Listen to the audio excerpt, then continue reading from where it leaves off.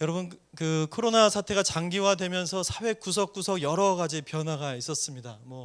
직장, 가정, 학교 여러 군데 변화가 있었죠. 특히 여기 이제 1청년 대학생들이 많은데 설마 했던 학기 초에 비대면 수업이 중간고사를 지나고 기말을 지나 한 학기 내내 이 줌 온라인 수업으로 종강을 마쳤습니다. 정말 일생일 때 없었던 큰 변화였습니다.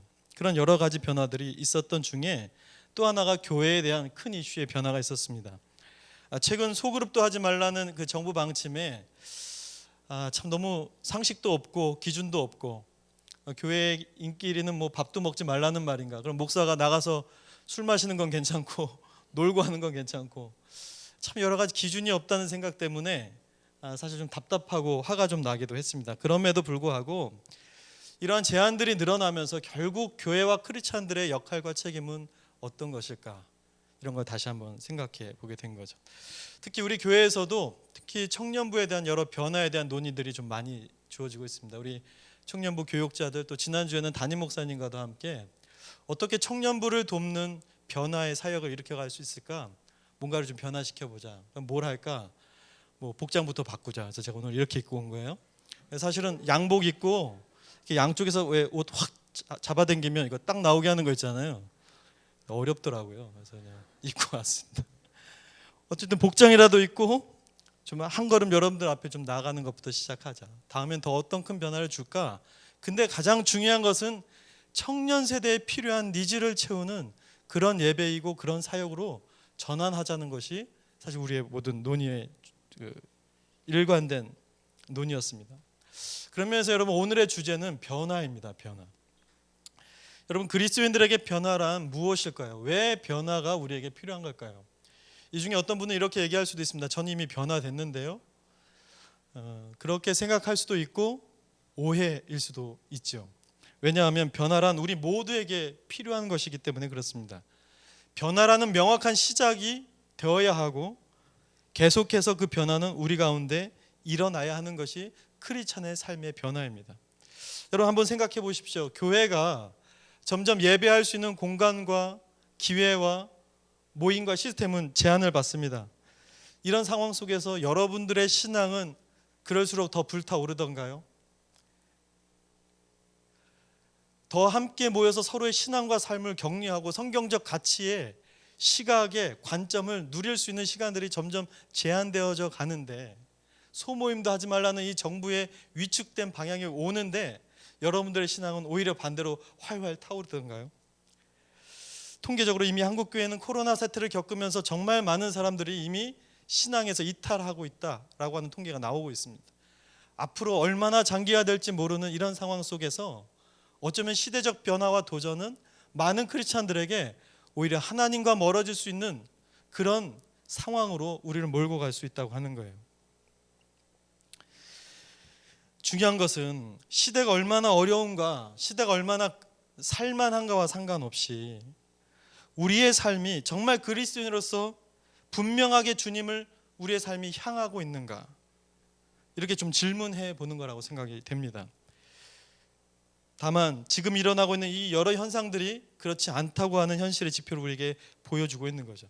저는 오늘 주님께서 이 자리에서 만약에 무언가 말씀하신다면 오늘 변화라는 주제를 가지고 이렇게 질문할 거라고 좀 생각을 해봤습니다. 너의 삶은 진실로 나를 향하고 있니? 너는 정말 나를 하나님으로 인정하고 있니? 세상이 어떻게 변할지라도 너를 이 세상에서 구원할 거라고 하는 나의 약속을 오늘 믿고 너의 일상의 삶을 지금 살아가고 있니? 이렇게 질문하고 있지 않으실까? 시대의 상황이 어떻다 할지라도 온 세상을 창조하신 창조주 하나님이 이 타락한 세상을 구원해 가실 뿐 아니라 마지막 시대를 그분의 약속대로 신실하게 이끌어 가실 것을, 그 예수 그리스도가 그런 우리의 하나님이 되고 있다고 하는 것을 우리가 주님께 보여드려야 할 그런 타이밍이라고 하는 거예요. 여러분 혹여 주님과 상당히 멀어지고 그분과의 방향이 달라진 우리의 삶이 있다면 오늘 우리는 변화되어야 합니다. 예수 그리스도와 같은 방향을 가는 변화의 시작이 저와 여러분들에게 필요합니다. 모태신앙이고 사역자고 어떤 직분을 가졌고 수십 년, 수세대에 걸친 신앙생활이 우리 안에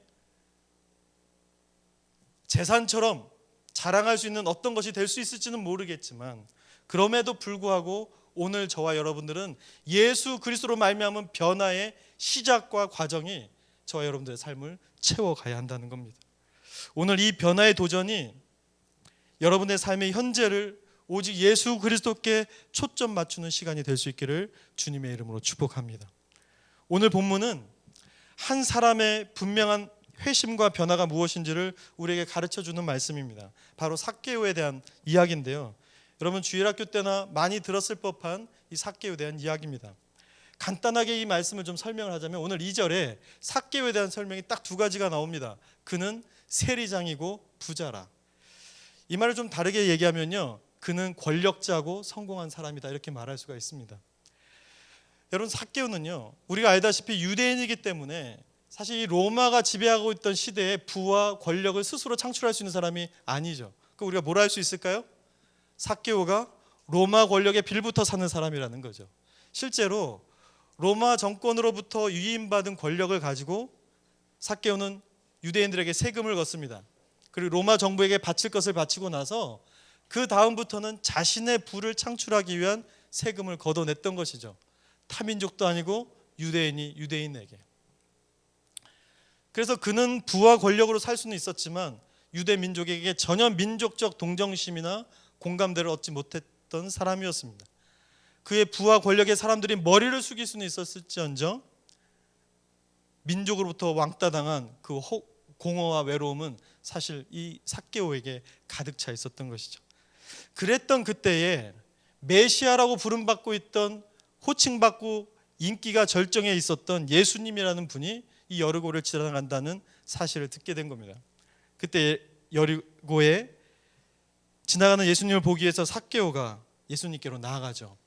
작은 키에 보이지 않아서 이 돌감람나무, 뽕나무 위로 엉금엉금 기어갑니다. 그 사회적 지위와 권력자의 자존심을 다 내려놓고 예수님께로 나가는 거죠. 중요한 건 이때 예수님의 충격적인 행동이 나옵니다. 바로 뭐였냐면, 지나가던 예수님이 그 나무 위에 있었던 삭개오를 보신 거예요.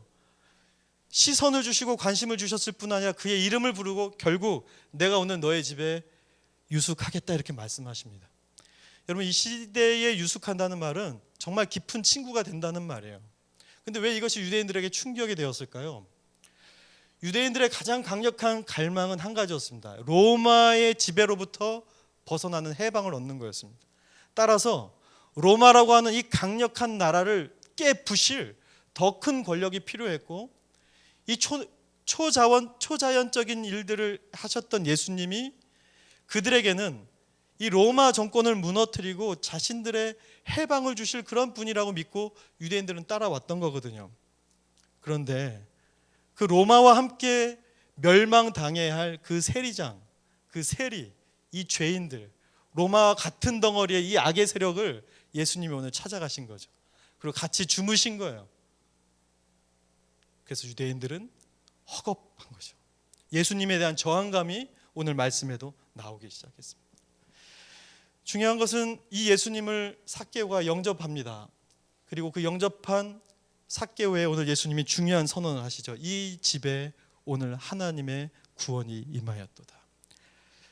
그도 아브라함의 자손이다라고 선언하시면서 10절에 있는 인자가 이 땅에 잃어버린 자를 위해 왔다고 하는 자신의 목적을 성취하는 그런 사건이 일어납니다. 이것이 오늘 본문의 제 전반적인 흐름입니다. 여러분, 오늘 말씀을 통해 주목해 보고자 하는 것은 저는 오늘 회심이라고 하는 변화예요. 중요한 전제가 있는데, 모든 그리스도인은 거듭남을 경험해야 한다는 사실입니다. 여러분, 거듭나셨습니까? 거듭나셔야 되는데 거듭나셨어야 합니다. 혹시 이 거듭남이 뭔가 잠에서 깨어남과 좀 헷갈린다, 거듭남이라는 게 뭔가 명확하게 내 안에 잡히지 않았다, 그런 분들은 오늘 예배를 끝나고 꼭 담당 교육자를 만나서, 여러분 안에 있을 거예요. 있을 건데 좀 정리를 하고 가세요. 그리고 혹여 이 거듭남이라고 하는 가장 중요한 회심 없이 그냥 종교적인 생활을 지금 하고 있는 분들은 오늘 교육자들과 꼭 복음 앞에서 이 회심의 강을 반드시 지나가기를 부탁드립니다. 농담 같아요? 농담 아니에요. 정말 이런 시간들을 통해서 여러분 기회가 주어졌다면 반드시 한번 점검하고 가야 됩니다. 이렇게 중요한 거듭남이라는 주제를 우리는 구원파에게 빼앗겨 버렸거든요. 그리스도인들이 정말 중요한 하나님과의 생명의 시작을 제대로 갖추지도 않은 채 가고 있는 사람들이 너무 많아요. 오늘 여러분 정말 그런 것들을 한번 다시 한번 체크하고 갔으면 좋겠습니다. 여러분 성경은요 거듭남을 물과 성령으로 거듭날 수 있다고 말합니다. 즉 예수님께서 십자가에서 죽으시고 부활하신 그 사건을 믿음으로 말미암아 우리가 하나님의 구원을 얻을 수 있다고 하는 그 말씀을 들었을 때 우리 안에 뭐가 생겨요? 믿음이 생겨요. 그리고 그 믿음이 생겼을 때 우리 안에 계신 성령님께서 그것을 확증해 주십니다. 인쳐 주세요. 정말 그것을 믿을 뿐 아니라 믿을 수 있는 확신을 우리에게 주세요. 이것이 물과 성령으로 거듭난다는 거예요. 여러분 주님의 말씀을 믿으시죠? 그 말씀에 대한 주님의 성령의 확신을 주십니까? 여러분 거듭남이 있는 거예요. 그러나 이것들을 정말 하나님의 말씀대로 그분의 약속대로 우리가 믿고 살아가는 것은 굉장히 중요한 우리 신앙의 근거가 된다는 거예요. 여러분 이것이 거듭남이고 이 거듭남으로 인해 우리에게 회심이라는 것이 이루어집니다. 이 회심은 뭐냐면 내가 길을 가고 있는데 예수 그리스도를 만난 거예요. 하나님을 만난 거예요. 근데 하나님을 만난 거 보니 내가 가는 길이 전혀 하나님이 없는 길을 향해 가고 있는 거예요. 죄가 있는 길을 가고 있는 거예요. 내가 가고 싶은 길을 가는 거예요. 아무리 좋은 해석을 하려고 해도 성경이 말하고 있는 하나님과 하나님의 약속이 없는 거예요. 그래서 더 이상은 이렇게 살 수 없다고 하는 깊은 영적인 자각 속에 180도 전혀 다른 유턴을 해고 가는 것이 바로 이 회심입니다. 회심. 이렇게는 살 수 없다. 이 애니멀의 삶을 더 이상 살 수 없다. 돌아서는 거예요. 여러분 회심을 통해 그리스도의 삶은 시작이 됩니다. 아빠가 목사하고 할아버지가 장로님이고 엄마가 권사 이런 거 하나 상관이 없습니다. 모든 크리스찬들은 하나님을 만난 회심 속에서 그리스도의 삶이 시작이 됩니다. 그리고 이 시작은 어떤 사망도 생명도 어떤 권세자들도 끊을 수 없는 그리스도 예수 안에 있는 하나님의 사랑의 시작입니다. 그리고 이 시작을 통해 이 근원적인 회심을 통해 우리는 계속해서 주님을 향한 믿음의 삶을 가게 되는 것이죠. 회심 있는 사람들의 특징은 또 하나가 뭐냐면 지속적인 그들의 삶 속에 회개가 이루어집니다.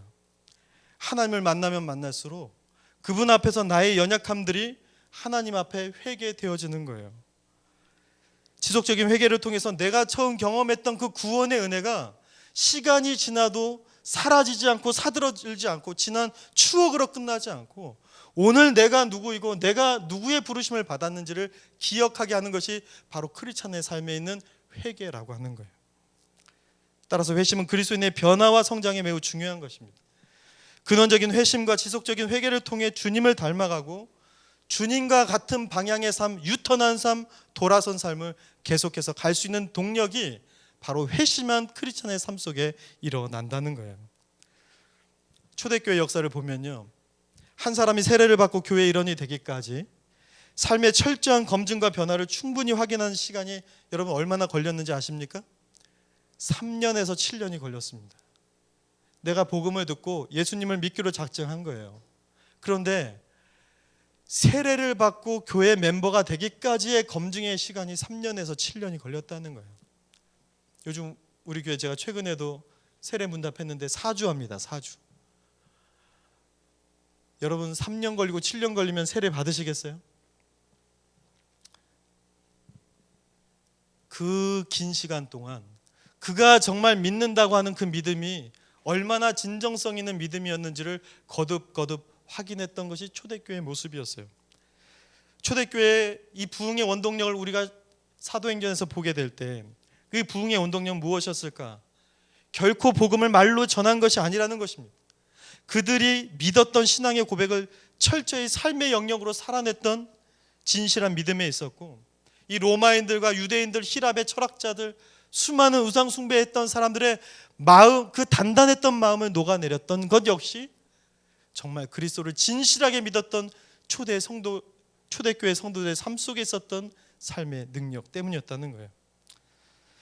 따라서 여러분, 복음이신 예수 그리스도를 만난 사람들의 삶에서 삶의 방향과 삶의 방식이 변화된 이 회심의 증거는 그리스도인들 우리 모두의 가장 영광스러운 증거입니다. 그리고 변화의 능력이 되는 거죠. 안타까운 것은 이런 자연스러운 변화가 오늘 한국교회, 저를 포함한 이 한국교회 그리스도인들의 삶에서 찾아보기 어렵다는 거예요. 한국교회는 더 이상 돈이 문제가 아니고 건물이 문제가 아니고 사람이 문제가 아닙니다. 우리가 정말 믿는 세상이 없다 말하는 하나님을 우리의 믿음의 실제가 되어 우리의 삶 속에서 나도 보이고 공동체도 보이고 하나님 없다 하는 세상도 보일 수 있는 하나님의 거룩한 통로가 되지 못하고 있다는 사실 아닐까요? 직장생활을 얼마 안 한 청년들 가끔 얘기를 들어보면 회사에서 1년이 지나고 2년이 지났는데 우리 대리님이, 우리 부장님이, 우리 과장님이 크리스찬이었다는 걸 2년 후, 3년 후 알게 되었다는 거예요. 업무에서, 회식 자리에서, 삶의 방식에서 구별되기 어려운 그런 현실이라는 겁니다. 청년 세대들의 영적 상황도 저는 다르지 않은 것 같습니다. 청년들의 여러 어려움이 있죠. 경제적, 사회적, 구조적 문제가 많이 있는 거 있습니다. 그러나 그보다 청년 세대들의 영적 변화가 사실 지금 한국교회 안에서 분명하게 일어나지 않고 있다는 것이 더 큰 위기라고 저는 생각합니다. 여러분, 중요한 것은 회심 없는 구원은 없습니다. 회심 없는 하나님과의 생명의 시작은 없습니다. 회심 없이 하나님의 영원한 생명과 구원과 우리를 마지막 시대에 우리를 이끌어 가실 주님의 약속이 유효하지 않습니다. 푸르고 푸른 청년 세대가 살아가야 할 삶의 방향이 있다면 그것은 예수 그리스도를 향한 분명한 삶의 방향이자 변화이자 명확한 복음의 회심을 우리의 청년 세대가 새롭게 회복해 가는 것입니다. 혹 이 모태신앙이라는 이름하에 명확한 변화 없이 살아가는 종교적인 신앙이 있다면 오늘 살아계셔서 여러분들을 주목하고 계신 예수 그리스도 앞에서 이 참된 회심을 주님께 드리는 그런 변화가 여러분 모두에게 있기를 주님의 이름으로 축복합니다. 그렇다면 예수님을 만난 이 참된 회심의 변화는 무엇이라고 말할 수 있을까요? 삭개오에게 일어난 회심을 통해 볼 수 있는 두 가지 변화를 살펴보고자 합니다. 첫 번째, 회심을 통한 변화는 첫 번째 목적이 변화되는 것입니다. 우리 8절을 한번 읽겠습니다. 8절 상반절까지 한번 읽겠습니다. 시작. 삭개오가 서서 주께 여짜오되 주여 보시옵소서 내 소유의 절반을 가난한 자들에게 주겠사오며, 거기까지만 읽겠습니다. 여러분, 삭개오가 지금 자신의 소유의 절반을 가난한 자들에게 주겠다는 거예요. 여러분, 이게 뭘 의미하는지 아십니까? 삭개오에게 있어서 돈이라고 하는 의미는 특별했습니다. 민족을 배신하기까지. 모든 사람이 쓰레기라고 말해도 자신의 부와 성공과 명예를 유지할 수 있는 마지막 자존심이었어요. 마지막 마지노선이었어요. 목적의 목적이었고 자신의 정체성이었어요. 이것만 붙잡을 수 있다면 징역형도 살 수 있고 무슨 짓도 다 할 수 있었어요. 그것 때문에 갇힌 동족을 얼마나 비참한 상황으로 몰아넣는지, 얼마나 삭개오의 삶 때문에 얼마나 많은 사람들이 피눈물을 흘렸겠어요. 그것을 포기하지 않은 채 가지고 있었던 것이 바로 돈이었습니다. 그런데 그 돈을 지금 가난한 사람들에게 반이나 떨고 준 거예요. 모든 것의 모든 것이었던 돈을, 모든 것의 모든 것이었던 재물을, 그의 성공의 척도였고 생명 같았던 정체성을 지금 분명하게 세상 밖으로 던져내고 있는 거예요. 그 돈을요. 왜 그럴 수 있었을까요? 왜냐하면 삭개오의 인생 목적이 예수 그리스도로 변화되었거든요.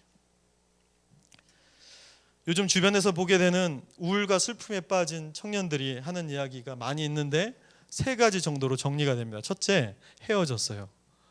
둘째, 돈이 없어요. 셋째, 떨어졌어요. 불합격했어요. 이런 말들이 제일 많아요. 근데 여러분 생각해 보면 헤어질 수 있죠. 돈이 없을 수 있죠. 떨어질 수 있지 않겠습니까? 불합격할 수 있지 않겠습니까? 근데 문제는 그 자체의 사실보다 사실은 이런 현실 속에 찾아온 절망을 어떤 의미와 가치로 바꿀 수 있는 그들의 진짜 목적이 없다라는 거였어요. 여러분, 헤어지다가 좋은 사람 만날 수 있지 않아요? 아닌가? 만날 수 있잖아요. 돈이 없어 열심히 일하고 모으면 돈은 모아져요. 실전팔기 들어봤죠, 여러분? 떨어질 수 있지만 언젠가 붙을 수 있다고요. 절대적인 절망이 아니란 말이에요. 얼마든지 가능할 수 있는데 현재의 실패가 자신은 도무지 쓸모없고 마치 무가치한 쓰레기처럼 생각할 수밖에 없는 청년 세대들의 삶 속에 있어야 할 의미와 가치, 진짜 목적이 부재하다는 거였어요.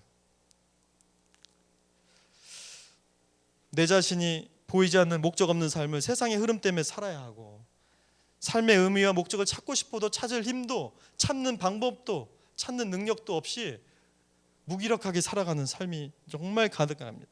무엇보다 세상은 젊은 세대들이 이런 의미와 가치와 목적을 찾아가는 삶을 절대 지지하지 않는다는 거예요. 그냥 넘어가라고 해요. 그렇게 복잡하고 다단한 문제에 빠져있지 말라고 얘기합니다. 쉽고 단순한 삶, 쉬워 보이는 삶을 살아가라고 해요. 여행 가라고 해요. 좋은 데 가서 좋은 거 먹고 사진 올리고 하라고 해요. 그게 나쁘다는 게 아니에요.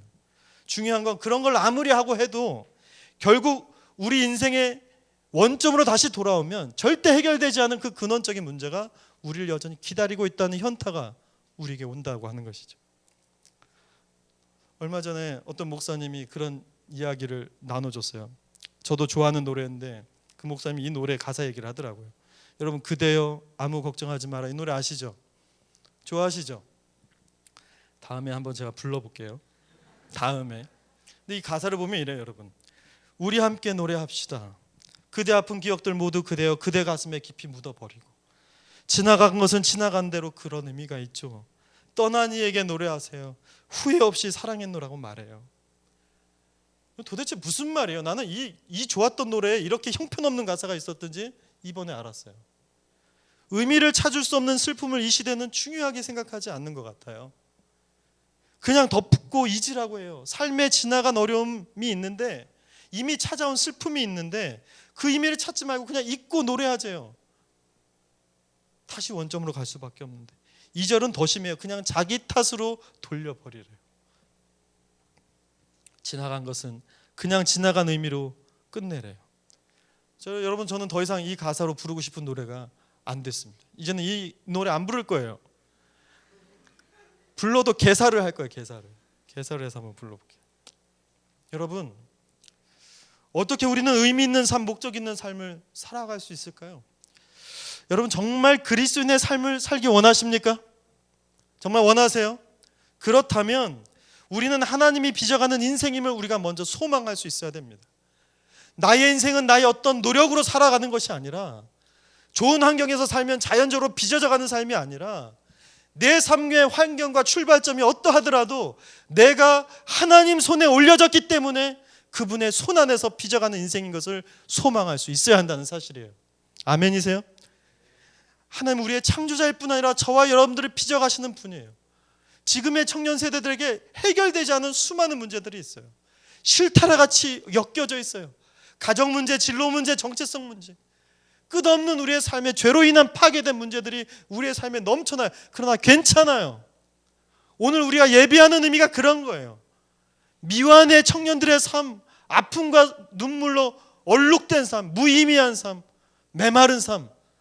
그럼 오늘 이 예배는 우리의 모든 다양한 삶이 살아계신 하나님 손, 그분의 손에 올려지는 시간인 거예요. 우리가 하나님을 향해 있는 한, 그분이 우리의 목적이라고 고백하고 그렇게 살아가는 한, 그분 손에 의해서 빚어지는 저와 여러분들의 삶에 실패란 있을 수 없습니다. 하나님의 선하심이 저와 여러분들의 삶을 이끌어 가실 것입니다. 이것이 그리스도 안에서 목적이 바뀐, 방향이 그리스도께로 바뀐 자들의 삶의 자유이자 오늘의 현재를 살아갈 이 치열한 삶을 보이는 실패도 불구하고 살아계신 하나님의 지점을 끝까지 달려갈 수 있는 크리스찬의 능력 아니겠습니까? 회심은 이렇게 삶의 목적을 바꾸어 놓습니다. 이 변화된 회심의 은혜가 여러분들에게도 동일하게 있기를 주님의 이름으로 축원합니다. 두 번째, 마지막으로 이 회심의 변화는 무엇인가? 삭개오에 일어난 회심의 변화는 영적인 성장으로의 변화였습니다. 우리 8절 하반절을 한번 읽을까요? 8절 다시 한번 읽겠습니다. 시작. 삭개오가 서서 주께 여짜오되 주여 보시옵소서, 내가 내 수의 절반을 가난한 자들에게 주겠사오며 만일 누구의 것을 속여 빼앗은 일이 있으면 내 갑절이나 갚겠나이다. 아멘. 여러분, 반을 이미 가난한 사람들에게 주었습니다. 그리고 나서 만약에 속여 빼앗은 것이 있다면 그것을 4배로 갚겠다고 한 거예요. 삭개오의 삶을 우리가 예측해보면 그는 건강하고 바르고 올바른 의의 사람은 절대 아니었어요. 분명히 누군가를 속여 억지로 빼앗은 것이 있지 않았겠어요? 가난한 자들에게 반만 나눠준 것은 오히려 그 자신이 속여 뺏은 사람들에게 속지할 나머지를 남겨놓았던 것이지 돈에 미련이 있어서 만들어 놓은 것이 아니구나라는 걸 깨닫게 됐어요. 자신이 살아왔던 삶의 형태를 철저하게 회개하는 의미에서 이 삭개오는 말로만의 회개가 아니라 하나님과의 방향이 틀렸다고 하는 인정하는 정도가 아니라 하나님을 떠났고 하나님과 돌아섰던 자신의 거짓된 삶, 그것이 가장 큰 죄악이었음을 그 대가를 치름으로 인하여 인정했던 것입니다. 출애굽기 22장 1절에 보면요, 그런 게 나와요. 가축을 훔치면 그 가축을 훔친 한 마리에 대해서 4배를 보상하라고 하는 가장 엄중한 형벌이 나옵니다. 삭개오는 자기가 저질렀던 지난날의 죄들에 대해서 가장 무겁고 가장 형량이 강력한 무게의 죄를 자신에게 해당시켰던 거예요. 율법의 가장 엄한 형벌을 받아들였던 것이죠. 참된 회개를 정말 실천했던 거예요. 여러분, 저는 그렇게 믿어요. 아무리 성경을 많이 읽고 예배를 많이 드리고 봉사를 많이 하고 신앙의 연차가 쌓인다고 해서 영적 성장이 보장된 건 아니죠. 그 모든 시간을 통해서 하나님이 하나님이시고 하나님 앞에 나는 절대적으로 굴복할 수밖에 없는 그분의 은혜의 손길이 아니면 헤어날 수 없는 참담한 죄인이라는 것을 깨닫는 이 회개 없이 어떤 크리스찬들에게도 어떤 사역자에게도 영적인 성장은 일어나지 않습니다. 여러분, 이러한 참된 회개가 우리에게 주는 선물이 무엇인지 요한일서 1장은 이렇게 말하고 있습니다. 요한일서 1장 6절에서 9절 말씀을 같이 한번 읽겠습니다. 시작. 만일 우리가 하나님과 사귐이 있다 하고 어둠에 행하면 거짓말을 하고 진리를 행하지 아니하거니와 그의 빛 가운데 계신 것 같이 우리도 빛 가운데 행하면 우리가 서로 사귐이 있고 그 아들 예수의 피가 우리를 모든 죄에서 깨끗하게 하실 것이요 만일 우리가 죄가 없다고 말하면 스스로 속이고 또 진리가 우리 속에 있지 아니할 것이요 만일 우리가 우리 죄를 자백하면 그는 미쁘시고 의로사 우리 죄를 사하시며 우리를 모든 불의에서 깨끗하게 하실 것이요. 아멘. 여러분, 회심은 우리가 계속해서 주님 앞에서 우리가 가져가야 될 가장 겸손한 태도입니다. 왜냐하면 그 회심을 통해 우리는 죄를 용서받는 은혜를 얻게 됩니다. 스스로 해결할 수 없는 모든 불의에서 우리를 건져내시는 하나님의 구원의 선물을 받게 되는 통로가 바로 회개라고 하는 거예요. 많은 사람들이 회개하면 뭔가 잘못한 것에 대한 비난받을 거에 대한 우리의 두려움이 있죠. 숨고 싶죠. 그래서 회피하게 되고 하나님께 회개의 무언가를 가지고 나간다는 것 자체가 크리스찬들에게 사실 많은 두려움으로 찾아올 때가 있습니다. 근데 여러분, 그렇지 않다는 거예요. 저는 여러분들이 이 죄된 어두움의 삶을 피하지 않고 오직 이 용서와 사랑으로 기다리시는 주님께 회개하며 나갈 수 있기를 축복합니다. 삶의 회개는 결코 부끄러운 것이 아니에요. 하나님을 경험하는 가장 놀라운 특권이자 선물이에요. 그 회개라는 것을 통해서 진정한 여러분들의 자아가 가장 건강하고 가장 높은 자존감의 하나님 자녀로 회복될 수 있는 길이기에 주님은 회개라고 하는 통로를 우리에게 주신 거예요. 하나님을 경험하는 가장 놀라운 특권, 이 선물, 이 회개의 은혜가 여러분들의 삶에 차고 넘치기를 바라요. 말씀을 정리하겠습니다. 청년 세대가 소망이 될 수 있는 유일한 길은 소망이신 예수 그리스도인의 참된 회심의 변화가, 회복의 변화가 일어나는 것입니다. 저는 그러면서 여러분들에게 이렇게 결론으로 권면하고 싶습니다. 변화의 기회를 반드시 붙잡으십시오. 변화의 기회를 반드시 붙잡으십시오. 여러분, 지금은 아무리 돌아봐도 이 결론을 낼 수밖에 없어요. 지금은 변화의 기회예요. 왜냐하면 코로나 사태는 그동안 우리에게 오랫동안 찌들었던 신앙의 단단함이 무엇인지를 보게 했습니다. 우리가 진짜 신뢰하고 믿고 살아갔던 삶이 무엇인지 확연하게 드러나게 했습니다. 우리를 진단해 주고 있습니다. 이러한 진단은 여러분 2000년 안에 쉽게 오지 않습니다. 우리 자신을 진단하지 않는 한 누구도 변화를 향하여 나아가지 않습니다. 근데 우리를 진단해 주었습니다. 우리의 신앙의 실제를 보게 했습니다. 교회가 무엇인지, 크리스찬이 무엇인지, 목사들이 지금 무슨 사역을 하고 있는지 우리의 정신을 새롭게 해주었습니다. 또한 우리 교회는 지난 코로나 사태 속에서도 4주 동안 이 엄청난 선교 축제를 했어요. 선교 축제의 시간을 통해 너무나 중요한 하나님의 말씀을 우리는 들었기 때문에 지금은 변화의 시기입니다. 혹시 선교 축제의 말씀이 아직도 오락가락한 분들은 녹화되어 있잖아요. 주일, 수요 예배, 금요 예배, 여러분 다시 한번 리뷰하시길 바랍니다. 여러분 그 시간 동안 하나님이 절절히 우리에게 들려주신 말씀이 무엇이었습니까? 한 가지였어요. 크리스찬답게 살라는 거였어요. 진짜 리얼 크리스찬이 되라는 거였어요. 너희들의 삶, 크리스찬의 삶이 아닐 수도 있다라고 우리에게 보여주신 거예요. 돌이킬 때라고 지금 말씀하고 계신 거예요. 회심할 때라고 지금 말하고 계신 거예요. 참된 변화의 시작이 필요하고 지속적인 변화가 있는 세상 속 그리스도인이 되라는 변화의 도전 아니었습니까? 이번에 오신 강사분들 제가 몇몇 분 아는데 사실 이번 분들 중에 스케줄이 원래 안 되는 분들이 몇 명 계셨어요. 왜냐하면 그분들 진짜 1년 전에 예약 안 하면 어려운 분들이거든요. 근데 어떻게 오셨게요? 코로나 때문에 다 캔슬된 거예요. 집에서 놀고 계신 거예요. 그래서 우리 교회 한다니까 정말 기쁜 마음으로 오신 거죠. 코로나가 우리에게 준 축복이고 선물이었어요. 성경에 보면 물이 없어서가 아니라 하나님의 말씀이 없어서 영적 가뭄을 경험했던 이스라엘 백성들에게 결국 영적 패망이 왔습니다. 그런 것처럼 말씀이 부어졌음에도 불구하고 그렇게 살아갈 순종이 이것이 없다면 이것 역시 정말 심각한 영적 부패 아니겠습니까? 전 여러분들이 이 영적 기회를 잡기 위해 두 가지 권면을 드리겠습니다. 로마서 12장 1절에서 2절 말씀을 근거로 말씀드리겠습니다. 첫 번째는 여러분들의 주인을 점검하십시오.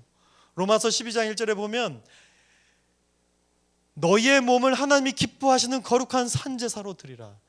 너희의 삶에 참된 예배를 회복해라. 그 말은 뭐예요? 너의 그 예배를 받는 주인이 누구인지 점검하라는 겁니다. 예배의 대상이 누구인지를 확인하는 거예요. 왜냐하면 예배의 대상이 내 삶의 방향을 결정하거든요. 주님 아닌 다른 것을 주인 삼을 방향에서 명확히 돌아서야 합니다. 이것이 중요한 이유가 있는데 우리가 아무리 주님의 말씀을 듣고 주님으로부터 세상으로부터 주님을 향해 돌아섰다 할지라도 이 방향을 전환하게 되었을 때 사실은 우리는 엄청난 저항을 맞이하게 된다는 거예요. 돌아섰지만 과거가 여전히 미련이 남아요. 과거가 여전히 아쉬워요. 그래서 언젠가부터 옛사람의 습관으로 되돌아가지 않은 이 저항이 주님을 향해 돌아섰어도 계속해서 우리에게 있다라고 하는 겁니다. 즉 삶의 전환을 일으키게 된 주의 원인이신 하나님이 우리 인생에 명확하지 않으면 우리 삶의 변화는 일어나지 않을 수 있다는 겁니다. 주인을 분명히 해야 합니다. 여러분들의 인생의 선택, 시간, 재정, 은사, 여러분의 것이라고 생각하는 소유, 여러분의 것이 아닙니다. 여러분들의 주인이신 하나님의 뜻과 그분의 선하신 방식으로 여러분들의 삶을 순종해 가십시오.